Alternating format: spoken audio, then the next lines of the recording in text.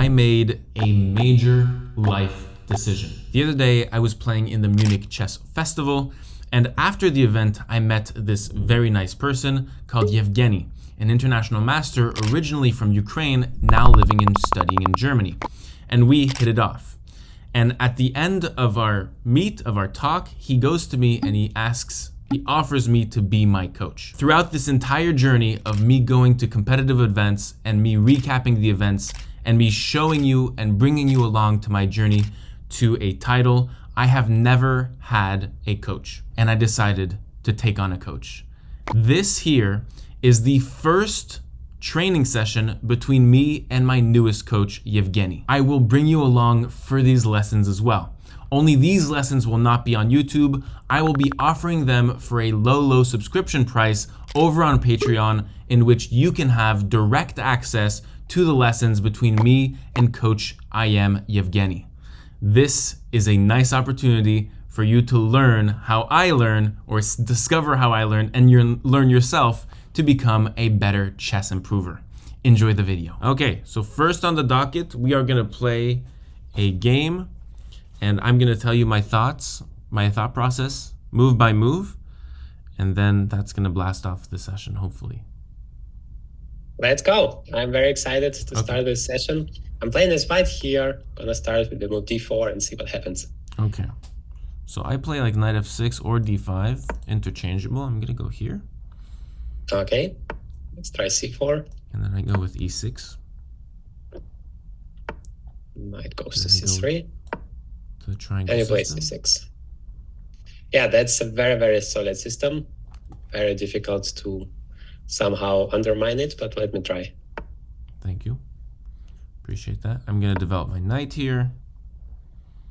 Yeah, me too. And then knight d7. And then play bishop e2. Okay, yes. So here, I learned this yesterday actually with a friend. If I take, there's a4, which is the key point of bishop e2 versus bishop d3. Bishop d3, I can take and attack the bishop, and I gain that tempo. So here, I think I should just play normally in bishop d3. Bishop d6, pardon. Castles, all right. castles. And now I'm gonna defend that pawn on c4 with the help of b3, because I want my pawn structure to be more centralized, let's say. Perfect. So I can go b6. I want to develop my bishop to b7. Bishop b7.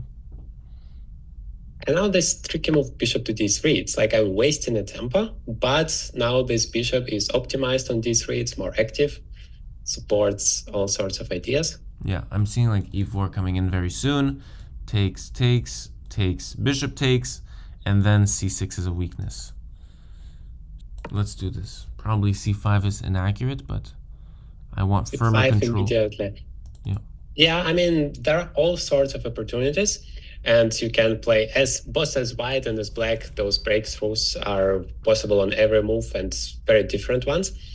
But I guess they rather prefer to bring your rooks first, maybe even the queen, to certain squares or c7 or e7.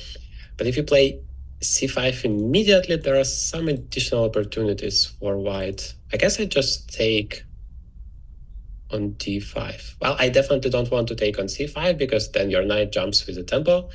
It's activated, my bishop is under attack. But taking on d5 is actually possible. Let me try that. Okay, yeah, because now I'm making sure that your bishop is not going to be activated. Otherwise, if you would have taken on c4, then your bishop has a long diagonal to control, very active there. Now it's not. So I have a choice to choose a pawn structure. I can take on c5 at some point and create either an isolated pawn if you prefer to take with a piece, or those hanging pawns if you prefer to take with a pawn. Or I can just, for now, develop my pieces, and then you have this choice. You can take on d4, but that would lead to this isolated pawn, or just leave it like that. Right. Okay, let me start with rook c1. I am really a big fan of development. I think in the opening, you should try to bring all of your pieces into the game as fast as possible and as active as possible. So So I'm going to go rook c8 with the idea to meet any knight b5 things in the future with bishop b8 and not crowd my rook in. That's actually a good point. Maybe I should have played knight b5 immediately to use that.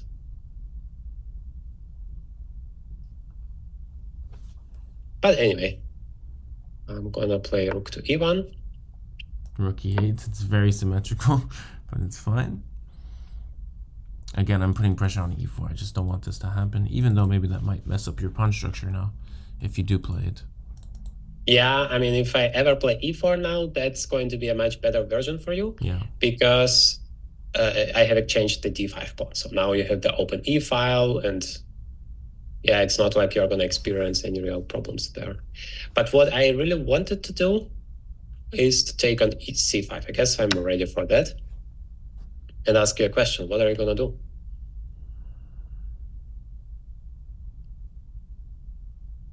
So if I take up the hanging pawns formation, hanging pawns are very strong if you can push d4 in. I'm not sure d4 is so easy for black to make. On the other hand, I can consider other options like knight takes c5, which looks kind of nice. I'm tempoing the bishop. If the bishop goes back, I am left with an isolated pawn, but after a move like knight ce4 are very much like. Let me just calculate a little bit. So I'm going to put arrows on the screen here. Let's see. This.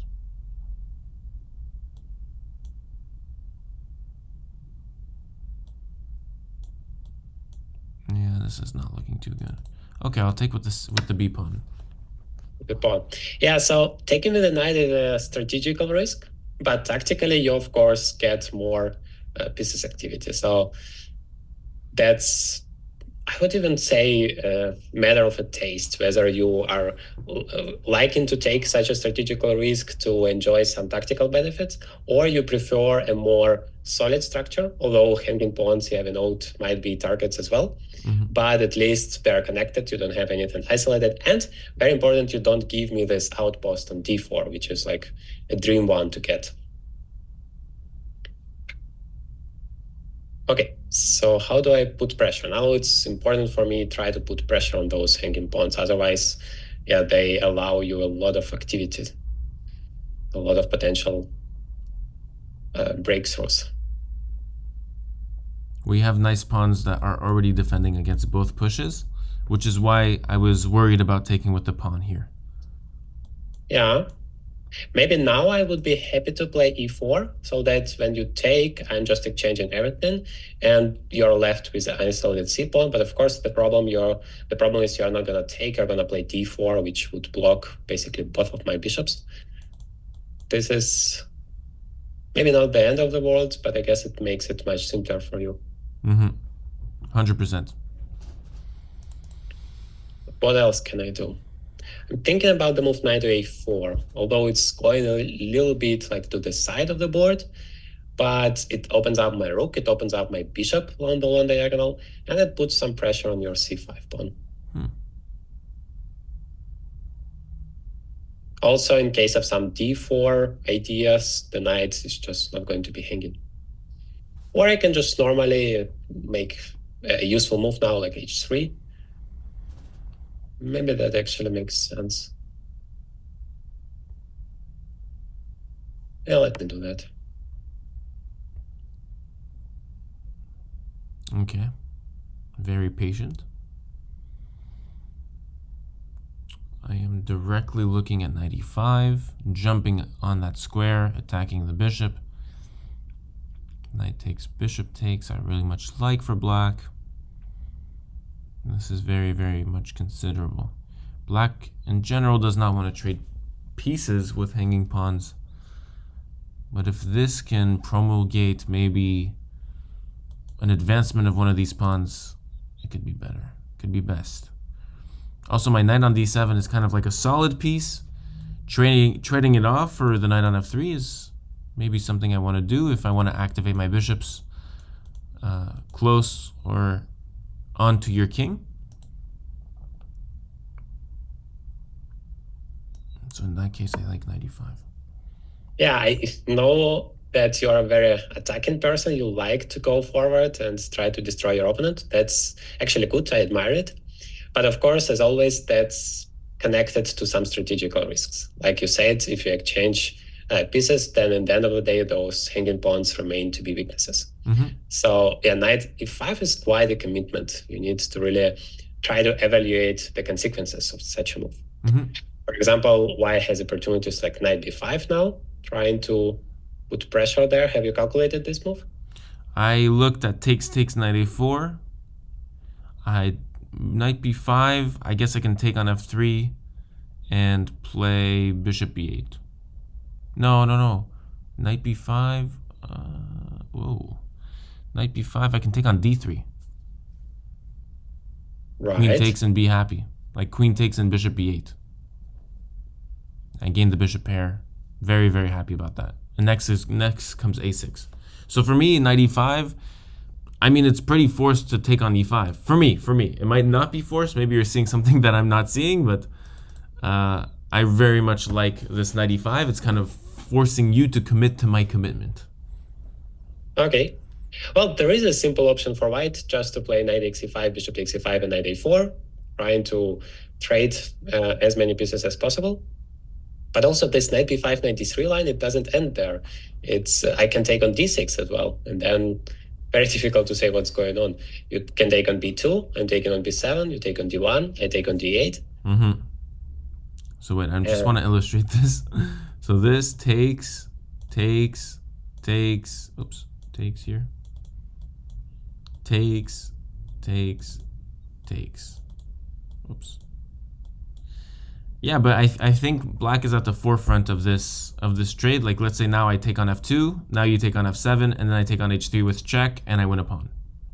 Yeah, so normally the one who starts the whole thing, like who is taken first or making an aggressive move first, is the winner, because in the end of the day, there might be some kind of check like this knight h3 or some other active move, and the other side cannot repeat that, and then later one is in trouble.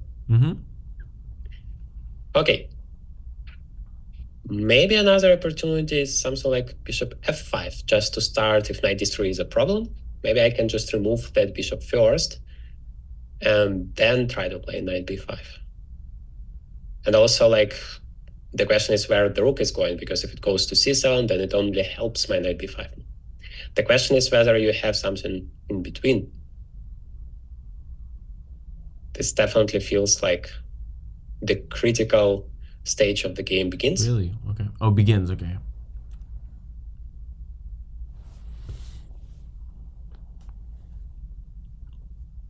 Yeah, because after bishop f5, I guess the key move is d4. Yeah. You're opening up your bishop. That's what I was looking so at. let's say I take on c8. This is the first move, very active one that you need to consider. You have knight takes f3, which feels very promising. Let's say I take it back. But your bishop on b7 is hanging. Maybe you take it with the queen. So you're in exchange down, but you have this king to attack, like queen h3 is coming with some checkmating attacking ideas immediately. And I have to say that does feel very, very dangerous. So I guess I should just go for all of it and just play normally with exchanging the pieces. That is what the general principles are telling us. You are fighting against hanging pawns, exchange stuff, and then you're going to be able to attack it. And so knight a4 is a logical continuation of that, because it's kind of a double threat. I'm attacking the c5 pawn and the bishop on a5. Like, the bishop is protected, but I'm achieving my goal of exchanging. That's good. But also maybe now bishop f5 makes some sense, because I'm improving kind of my bishop's position. I'm making a move with a tempo. I'm opening up my queen, which might be helpful. And also, once again, if you play rook c7, maybe... Yeah, but knight b5 is difficult because my bishop is hanging. Hard to say whether I need to include that move or not. Maybe I will just start with...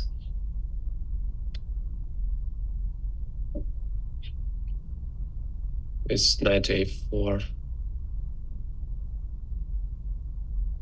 And leave those forcing moves for later. That's also often a good strategy.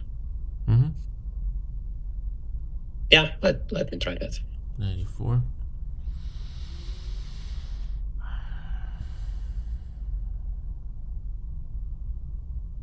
let me think here. I'm looking at bishop takes bishop for sure. Mm-hmm.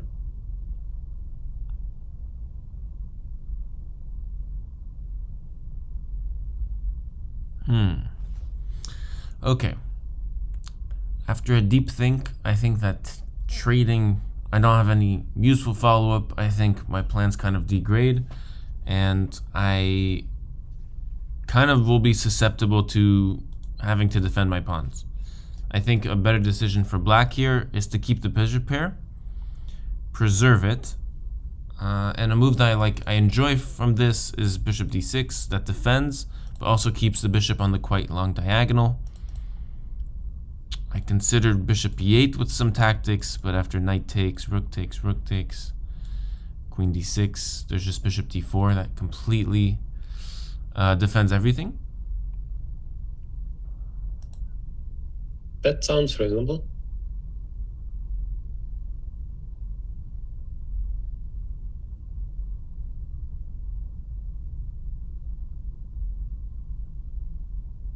Yeah, I think if I just go bishop d6, I defend my c5 pawn.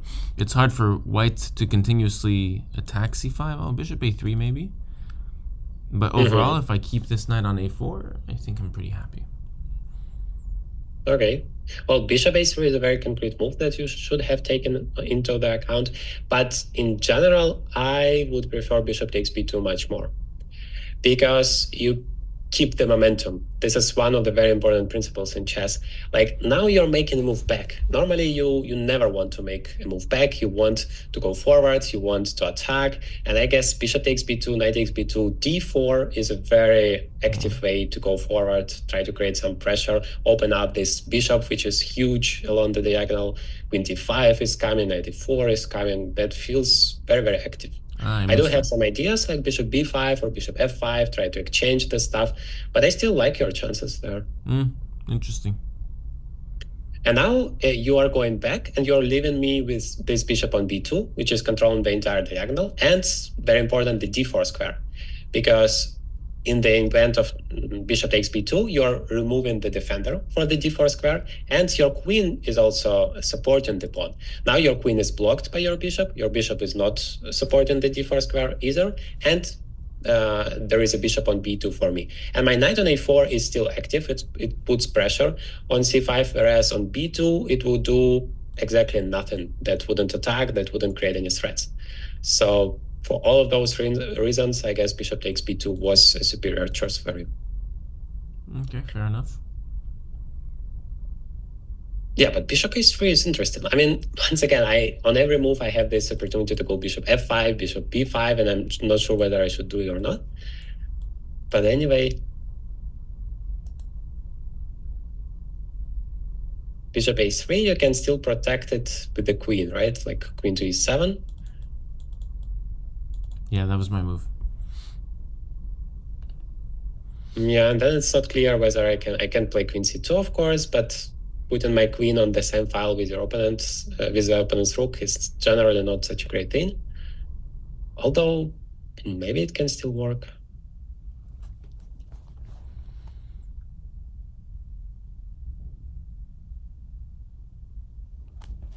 But yeah, you are gonna have queen e5 there, which feels very active. I mean, yeah, also putting the bishop away from this a1, h8 diagonal feels counterintuitive strategically speaking. It's just about this c5 pawn. Queen to f3 is another idea. Developing the queen, putting pressure on the knight. I actually quite like it. I pretty much always prefer to bring a new piece into the game than to make a second move with the same one, so I'm going to do that. Okay. Of course, a very important thing is that d4 is not possible because the bishop is hanging. I'm considering this. Not sure if it works.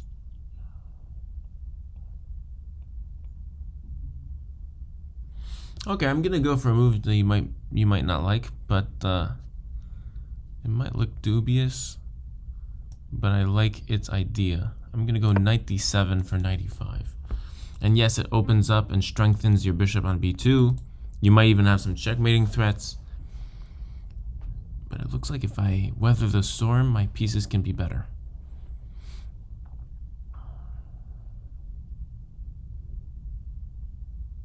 Interesting. Yeah, of course, the first thing I'm thinking about here is some checkmating ideas.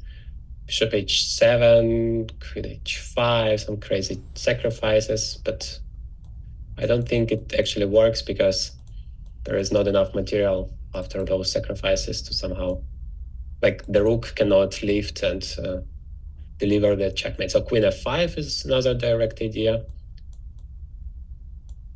I actually always was okay with knight to d7 because I can just pin it with my bishop, either bishop b5 or bishop f5, and then you cannot play bishop b5. I'm gonna just exchange it and take a rook. So bishop f5 is actually feels very promising to my eyes. Not sure what was your idea, because on bishop f5? Yeah. Now that I'm looking at it, it could be very dangerous. The knight feels a little bit stuck there. Let me do that. I'm pretty low on time at this point, so. Oh, you have 3 minutes. Can I add time to you? Yes. Oh, that's fine. I mean. Okay, thank you. The very important thing is to focus on your opponent's ideas. Like when you played knight d7, I heard your reasoning behind that. You were only talking about the opportunities you're gonna get, but you weren't really focusing enough on your opponent's ideas. And this is the mistake so many players are doing, including me, not any exception. But this is very important because when you miss your opponent's resources, you can get into trouble. By the way, now that I'm thinking about it, maybe I had bishop takes h7, king takes queen f7. Yeah, I looked at that. Rook e7? Rook e7. Queen h5, king g8. Yeah, maybe you survived. Yeah, I had a feeling. I wasn't calculating too much, but I had a feeling I'm not going to get enough in all of those sacrifices. But like I said, you want to make a move knight to d7. You should ask yourself, okay, what can my opponent do? And you should always start with the most active opportunities, which are checks, captures, threats. So yes, you have taken a look at bishop takes h7. That's great. Maybe queen g4 you have considered, queen h5, all of those direct threats. But bishop f5 is also a very active move, which stops exactly what you're trying to do. You want to play knight e5, so you're thinking, how can my opponent stop that idea? Bishop f5 achieved that, and then, yeah, you should just consider it. What's your next step? What you can do? Because I'm not sure about that.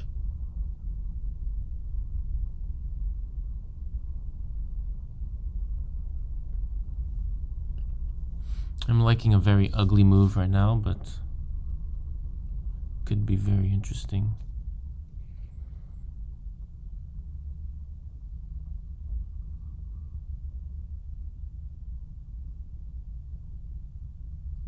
Okay, we're gonna go for the uglies.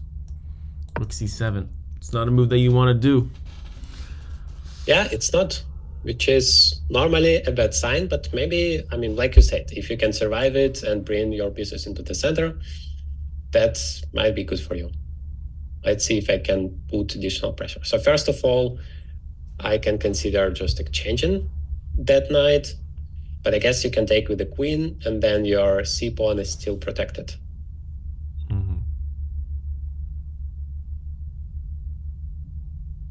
Yeah, maybe it's actually not that dangerous.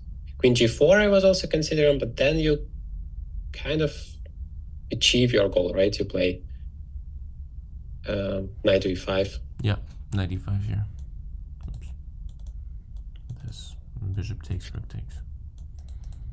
Maybe then bishop e5 didn't really bring much to me, because if I play something like queen g3 there, the line goes on, but I haven't really achieved much from the bishop f5, rook c7 inclusion. I could have done it. Queen g4, anyway. You mean?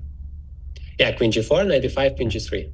Okay, queen g4. And then I want to play something like I see, queen g4 3 now. But, oh, I see. Knight g6. Bishop h7 now makes no sense, of course, because it's just an improved version with your rook on the 7th rank. And also your bishop on b7 is protected. That's the idea of the move. Yeah, that's also very, very annoying. Yeah, I guess I shouldn't have done that. But okay. Queen h5 now. You are gonna play,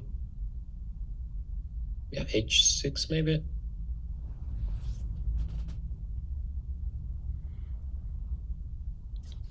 On g6, queen h6, bishop f8. Ah, that's another option. Yeah, I mean, I can still go back to g4, but yeah, then maybe you have H5? h5. Yeah. The queen doesn't have that many squares to go. I think Yeah. that wins. I don't know, bishop f5 felt promising, but now that I think about it, I just improved your position, and I cannot really achieve much with the bishop on f5 anyway. So maybe that wasn't necessary.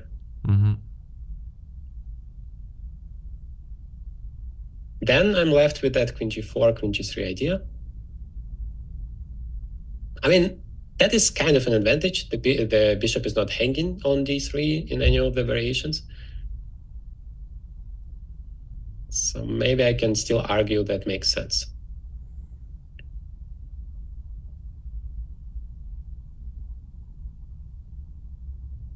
I don't see any direct problems with it, so I guess I'm gonna go for it. Okay.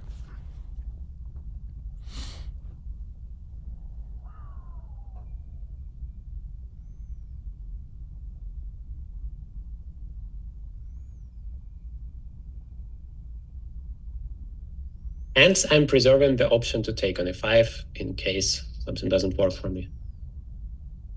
To take on f5? e5, Oh, when e5, you play sorry. knight e5. Yes.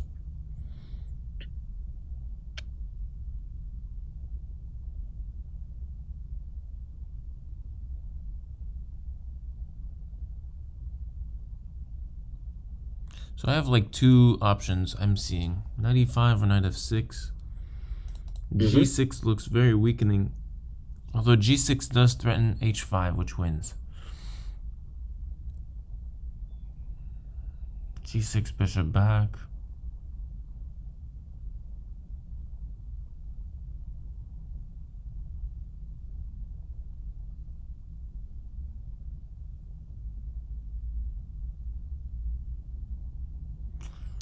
g6 is bringing in some arguments, I'm not gonna lie. It looks completely weakening and super counterintuitive, but... g6 right now. g6 right now. Okay. Am I missing something? Oh yeah, I'm missing, yeah, I'm dropping a pawn. Yeah, you're right. Yeah, I missed bishop takes c7. So queen takes, rook takes, knight takes c5. Yeah, that looks good. Oh no, wait, g6 bishop takes h5. What? Bishop takes h5? Yeah. Bishop takes d7 and then h5. Ah, immediately h5, okay. Yeah. Yeah, I mean... Queen f3, and then... Oh, queen f3 is strong. On rook takes, I lose a pawn. On queen takes, there's queen f6 that wins. Interesting. Okay. To be honest with you, I would never even consider the move g6 in the first place. Right. I mean, there is a 1 chance out of 1,000 that might work just tactically, just in this concrete moment.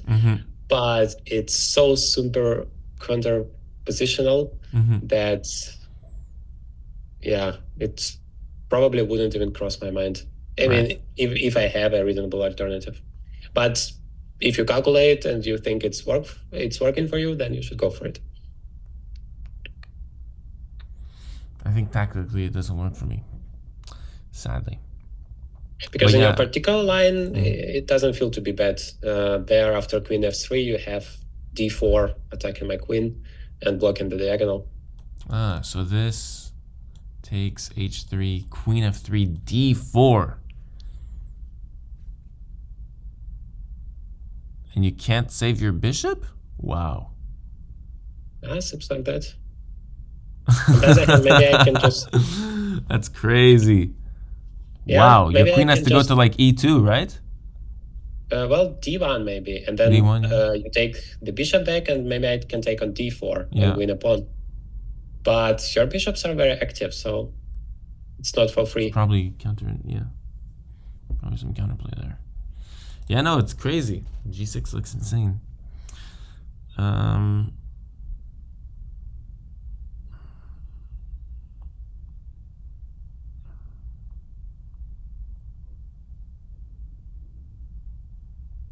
Knight f6 looks incredibly passive to me. Even though I'm attacking your queen, the knight is doing nothing. If I finish my knight's desired dream of going to e5, bishop takes, I have to take with a rook. I have no rooks on the bottom rank. It looks very, very bad for black. But the activity is there. What's a good move for you?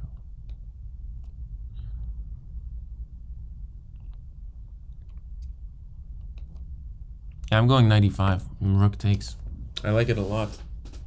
Yeah, I feel like if you have 95, you don't need to think about g6. So now the question is whether this whole queen g3 idea works, because it's really dangerous there, having the queen against the bishop on the same diagonal. But if it works, that feels also very tempting, because my next move is f4, and then f4, wow. I had not considered those ideas. Well, unless I play f4, there is no point to play queen g3 in the first place, because what am I achieving? Right.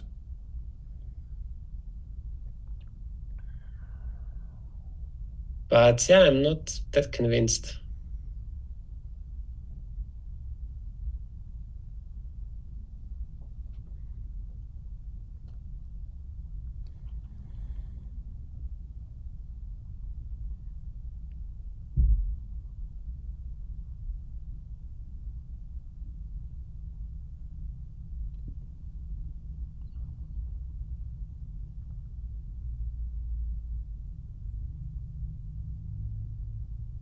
Taking on e5 also is probably not the most happiest move to make.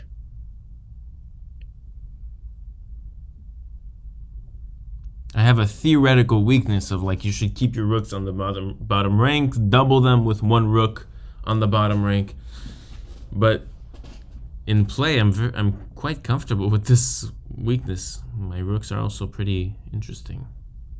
Yeah, the most important thing is whether it's possible to take any advantage of that, and if it's not, then you don't really care that much.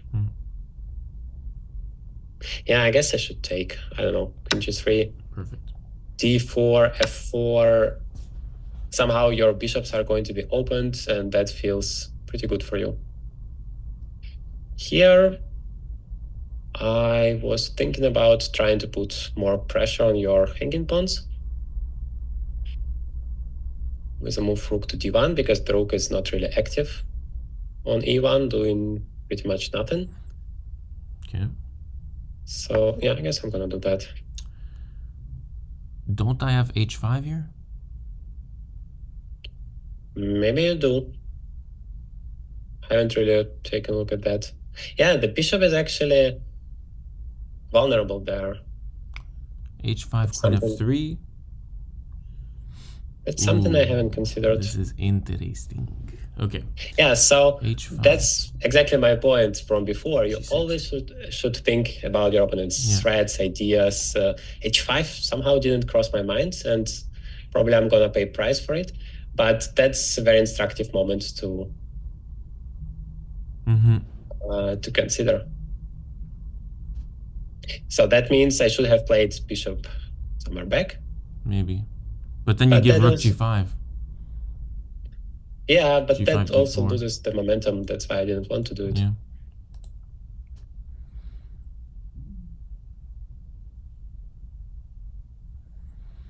Okay, rook d1. I'm considering h5, queen f6. Yeah, queen f6 is what I was expecting, kind of a normal looking move. Yeah, queen f6, I don't like e4. Maybe there's nothing to be scared of, I just take. And everything looks like it's defended by holding on by a string.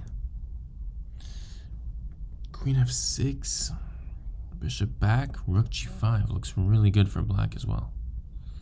h5, queen f3. Okay, let's see, h5 here. If queen takes, g6 for you guys at home. H5, queen F3. I like queen G5 now. It's gotta be good. Bishop back. D4, E4, wow.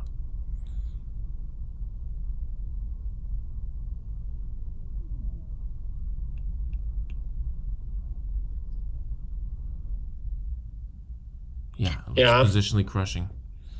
H5 looks really nice for black. I agree. Somehow it went wrong for me. Apparently this, maybe it's this bishop f5 good looking move spoiled it for me. Or I'm not even sure at which moment it went wrong. So I like here queen to f4. I think it gives more. No, rook e4. Chances, but I can step back now, rook, queen f3. Oh, okay. Okay. And the rook is hanging. I'm fine with that. Okay. And if you need to play g5, then I'm also fine with that because you're weakening your king. That should hopefully give me more chances. Queen Otherwise, at least this d4 is not that devastating.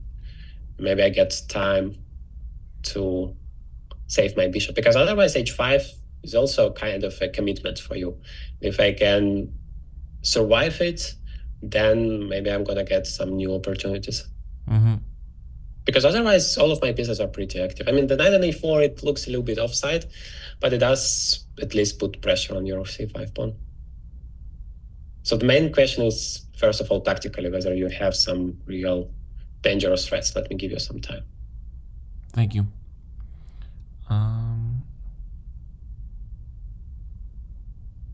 I really love g6. G6 is now feasible because you don't have your dark square bishop. G6 bishop back, and then rook g5. And then your queen is lacking squares. Queen h4, it loses. I like g6 a lot. Maybe I'm missing something tactically. I like it too. I agree. Without the bishop on b2 is, of course, seems like a more interesting option. Yeah, I guess I regret my bishop takes e5 decision. I'm a big fan of two bishops, and that was my best bishop. Yes, queen g3 felt dangerous, but still, I guess I should have gone for it. Okay, I don't have any tactics. Bishop g6 doesn't bring anything at all. So bishop b1 should be my choice. But yeah, let's calculate. Rook g5, queen h4 is not possible due to rook g2 check. So queen f3 is the only move. Yeah, but at least I don't see any immediate huge troubles. Here? Rook g5? Queen f3, d4, e4, okay. Yeah, e4, I guess. Wow. You're willing to go through murky waters. I admire that. Yeah, but I don't really think I have a choice. Yeah. What was my... Most probably no. Yeah. But yeah, it feels like you should have something. I mean, two bishops, open position, attacking pieces as well. How about just d4 here? d4 immediately, okay. Yeah, that actually makes sense because my queen is still in trouble. Now the threats are bountiful here. Maybe I can escape to h6 suddenly.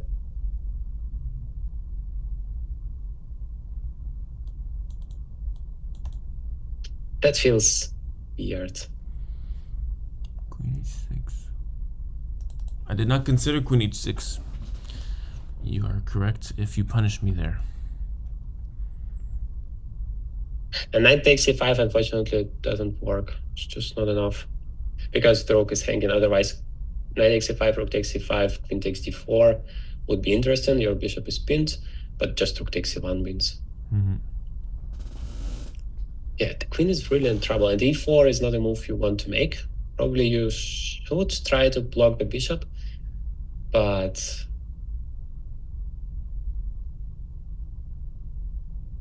it's the last thing you want to do. Maybe still the best though, because it gives the d2 square at least, and my queen is finally out of trouble.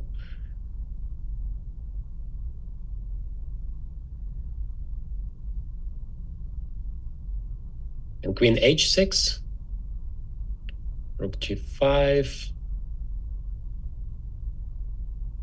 Still, the threat is huge. Ah, wait, you play rook g5 and you are threatening bishop f8, winning the queen. Whoa, I didn't even see that.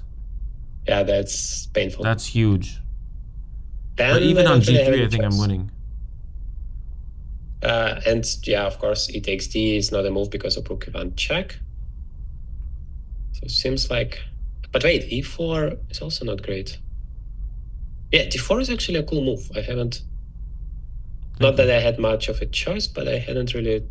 It's just a reverse move order. So instead of rook g5 first, d4, and the bishop is already open, and rook g5 looks like winning. It's a winning threat. Maybe I should play h4 then, trying to stop that threat. Mm-hmm. Now I can take on e3, no? That's the trouble. Let me give you more time, sorry. Yeah, it's not like time is my main problem here. But h4, rook e3...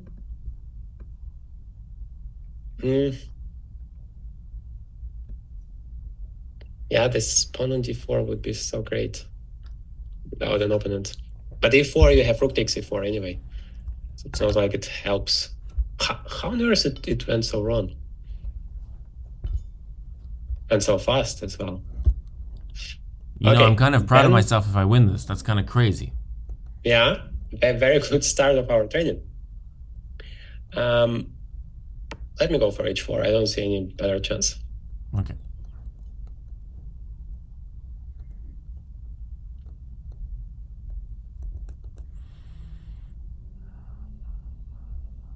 But it also feels bad.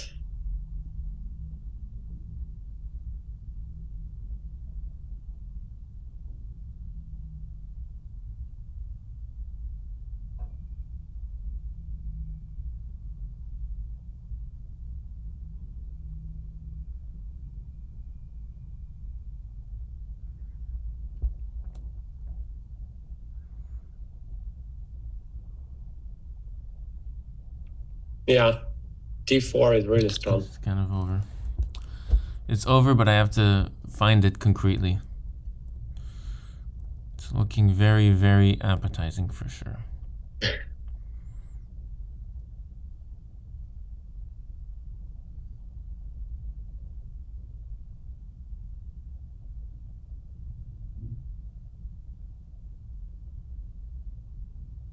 Do you need more time? No, I'm good. But just rook here. Yeah, it just struck me as a lieutenant that rook f5 is the simplest thing. Because, yeah, that move d4 There's so many opportunities. But wait, it means that you could have played rook f5 immediately instead of d4. Rook f5 immediately, yes. Why not? Yeah, somehow, I don't know. Maybe I'm so focused on trying to give you good tips that I am not functioning normally in terms of my own moves. Yeah, okay. Sure. I don't really see any way to create any problems for you. Yeah, so e4 was the only chance to at least continue the game, but it also feels just so bad.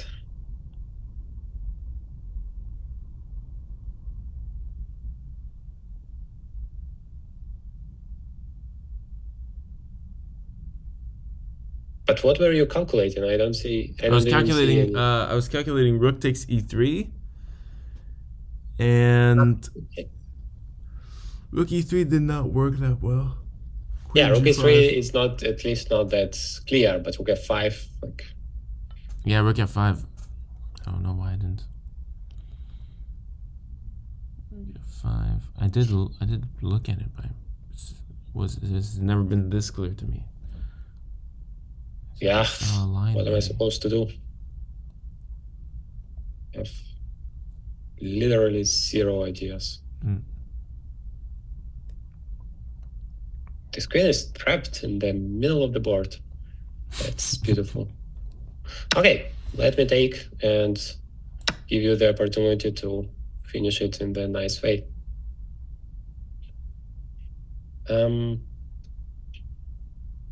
Let's play g3. It looks just as bad as everything else. Bishop takes. Wow, that's really attacking spirit. Welcome to my world. Yeah, because I would have expected something normal. I don't know, bishop f5. Maybe it's mundane. Maybe, yeah, I don't know. But of course, everything works. Yes. I can take. Now there are multiple checkmates to deal with. And also the rook is hanging, so I kind of have to play e4. Maybe knight c3 though.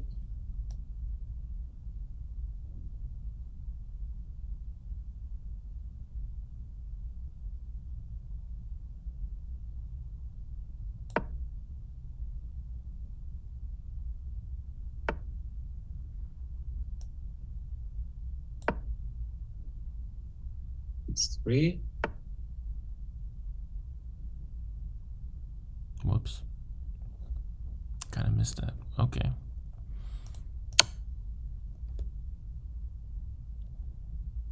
Yeah. It's quite annoying. Probably king f1 is the only move. Mm-hmm.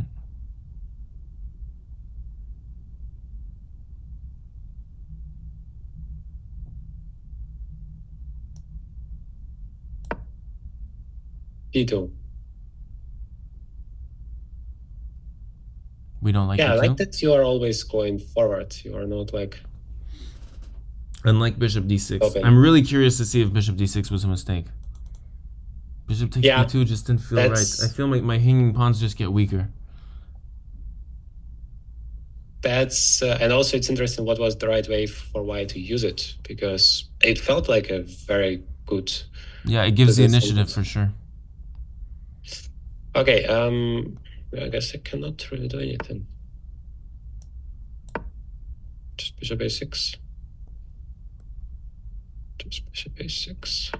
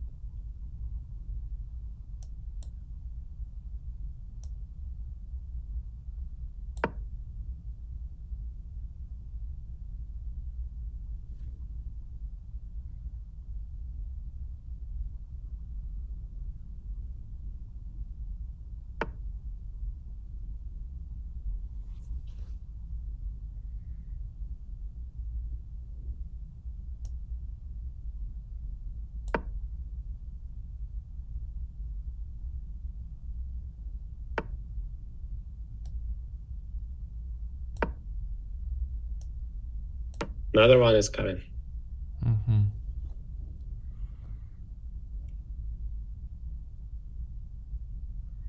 Yeah, let's just stop this suffering. Okay, congratulations. That was an amazing game you played.